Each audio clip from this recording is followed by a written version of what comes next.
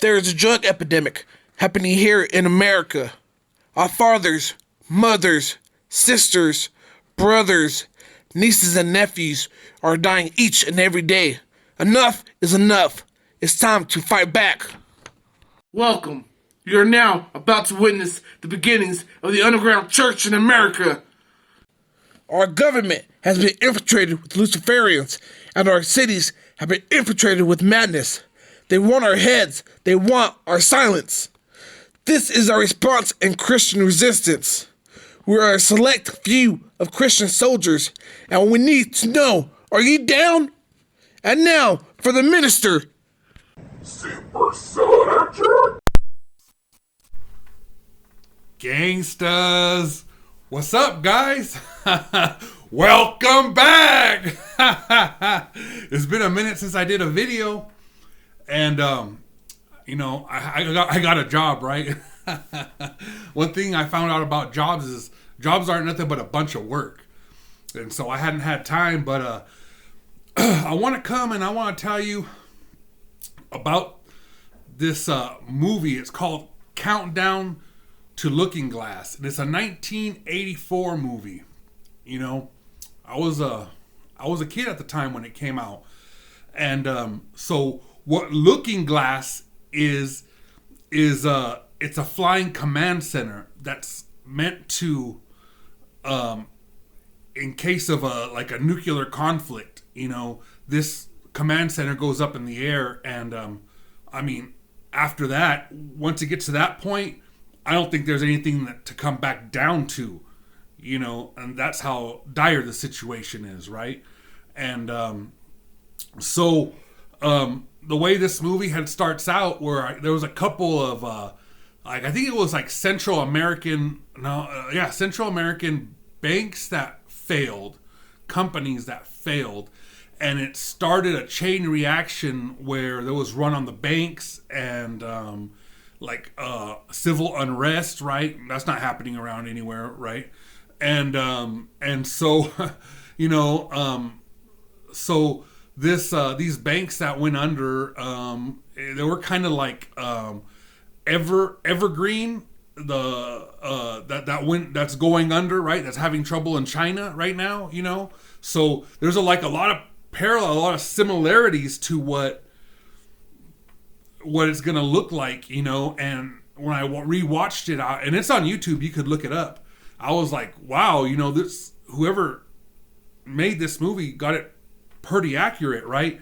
And so the movie was about now the way I remember it, the way they presented it was a prediction by someone. I don't know who it was, you know, but when I rewatched it, they said it was based on a war game that was played, right? Now I don't know if that was a Mandela effect or what, you know, but like I said, you know, they're getting it pretty accurate because, I mean, look at the situation we're in, right? You know? And so, so before I go on, I'm going to tell you, this is my opinion, okay? And it's going to be something like you've probably never heard, okay? So it's my opinion, okay? So, a lot of people think that, hey, Soda Jerk, the Middle Eastern conflicts were all about oil. It was all about oil. And, it wasn't about oil. There's no lack of oil. You know what I'm saying? Just ask, Dick Cheney, Halliburton, Dick Cheney, Republican, right? You know, if there's a lack of oil, Biden, okay, Democrat, right? You know, just stop that oil from coming from Canada so we could refine our own oil, you know. And so this ain't about Democrat, it ain't about Republican, you know what I'm saying? I'm an equal opportunity destroyer, right? You know, I go after them both, you know. And so this is not about oil because there's plenty of oil. But in my opinion, the Middle Eastern conflicts were about killing Christians. Now, you got to hear me out on this, okay? So, so let's just talk about Syria. You know, Bashar al-Assad was accused of killing his own people. That never happened, right? And the Christians were, at the time, were about 10% of the population in Syria at the time. 2014, 2013, something like that. Okay. There were about 10% of the population. And, Bashar al-Assad, the president, when he would go into churches, they would throw themselves at him, putting their head on his chest and crying and praying for him because they loved their president. Okay, you know what I'm saying? And the Christians under this president were protected. And see, in order to get to the Christians, right, they needed to get Bashar al-Assad out of power, right? And so it didn't work because Russia stood up. Right? And so, see, it was not, the thing is that there was not oil that was going extinct, right? You know what I'm saying? The thing that they wanted to get the most was Christians that would not deny their faith. Now, that was something that was going extinct in the world, right? And they didn't like the Christians in Syria because they've been holding down the church ever since the some of the original 12 had went and spread the gospel, okay? So they've been holding it down for a long time. Shout out to my Syrians, brothers and sisters in Christ, okay? You know what I'm saying? That have been holding it down for over 2,000 years, right? And so what ended up happening was that they were getting slaughtered. They were getting slaughtered, and that's what they were trying to get after, right? You remember ISIS, okay? Well, those people were getting money. They were getting funded by 3 different countries, okay? There were 3 different countries, and if I told you the countries, you would call me a liar, okay? That were giving them fundage. They were giving them weapons. They were giving them medical. You could look this all up. You could look this all up.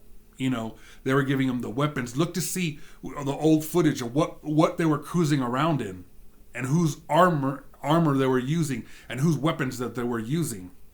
Okay? You could look up articles to see who was giving them aid when they would get shot up. Where hospitals were they going to? Okay? And you could find out which countries that were paying these, and what they were was mercenaries, right? They're not who they said they told you that they were. Do you remember Jihadi John? Okay? You know what I'm saying?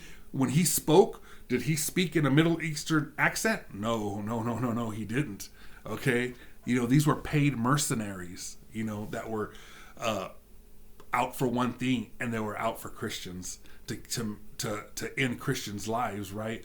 And so when Putin decided to go over there and take his S-200s, S-300s, S-400s, his missile systems over there, he locked it down and made it impossible for them to finish off what they had already started, because they did end up killing a lot of Christians, and they gave them the choice, either deny Christ or meet their own demise. And they would not deny Christ, because guess what?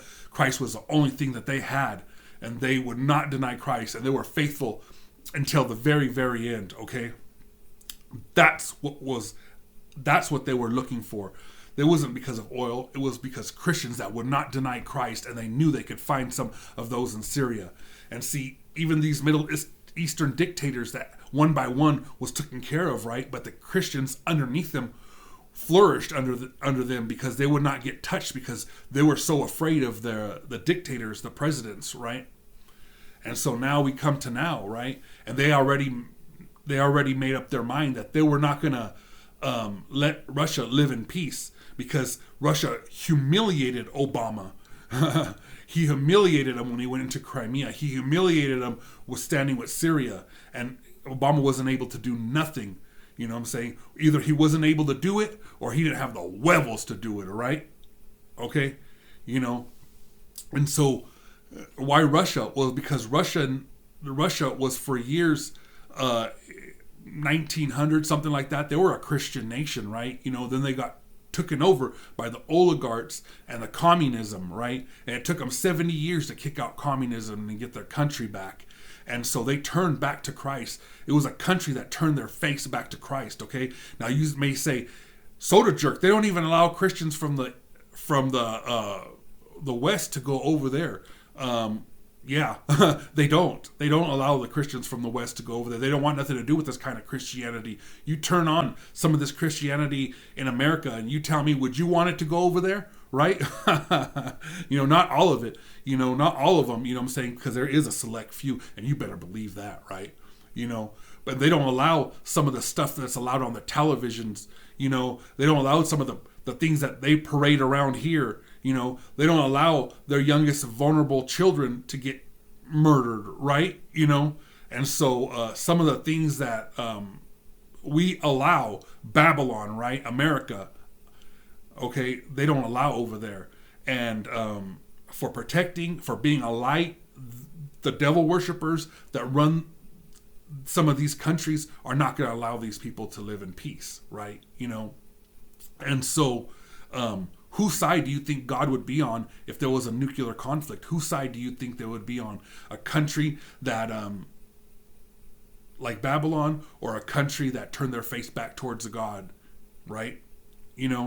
And so what they're trying to do is they're trying to poke the bear, right? And they're not going to like it. They're not going to like the way it turns out, you know what I'm saying? And it doesn't matter what country you come from. If you call yourself a Christian, you're my brother in Christ. I don't care if you're from Russia. I don't care if you're from Syria or Middle East, Iran, Iraq. It doesn't matter. You know what I'm saying? North Korea. It doesn't matter. If you call yourself a Christian, you know what I'm saying? You're my brother in Christ. It doesn't matter if you're from Palestine. Okay? If you call yourself a Christian, you're my brother. I'll always be on your side before I take anybody else's side. Why? Because we know one day that we'll be the next one in the barrel, right? We'll be the next one that is going to get prosecuted. And one day it will come to America.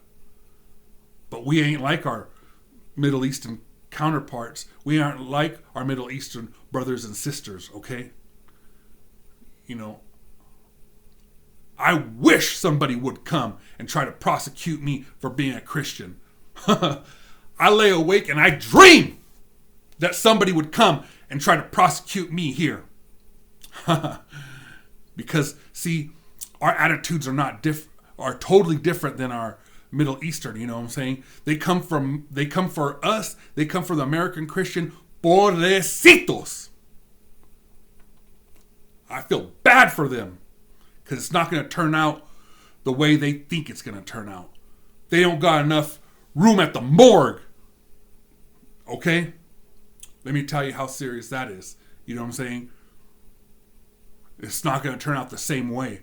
Okay? Our attitudes are totally different. Okay? I'm telling you.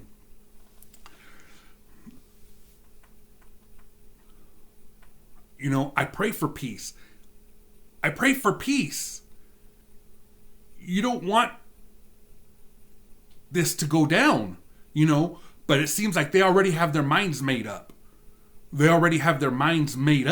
And at this time, I wouldn't just walk to the cross. I would run to the cross, throw myself at the feet of Jesus, and confess my sins and live the rest of my life for him. The rest of the little time that we have for Jesus. I don't want this to happen. Nobody wants this to happen. It doesn't benefit. Why is man so evil to one another? Why is man so evil for one? Every time we turn on the news, we hear about killings and we hear about this, and instead of throwing ourselves and helping our fellow brothers and sisters, we result to this. We result to this: war, murders, jealousy. That's what this is about. And now you're witnessing the beginnings of the underground church in America.